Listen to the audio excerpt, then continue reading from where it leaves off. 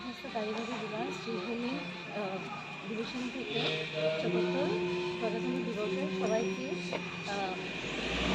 Best wishes থাকলো। আর এটাই সে করছে যেভাবে আমরা আমাদের ডিভিশনকে যেভাবে কাজ করেছি এই জেলায় ওইভাবেই আমরা কাজটা করে যাবো। আর স্যানিটেশন সেকশনে স্টেটের মধ্যে আমাদের স্টেট অ্যাভারেজ থেকে অনেক বেশি আছে, 88.9%। তো আমরা এসে করবো, চেষ্টা করবো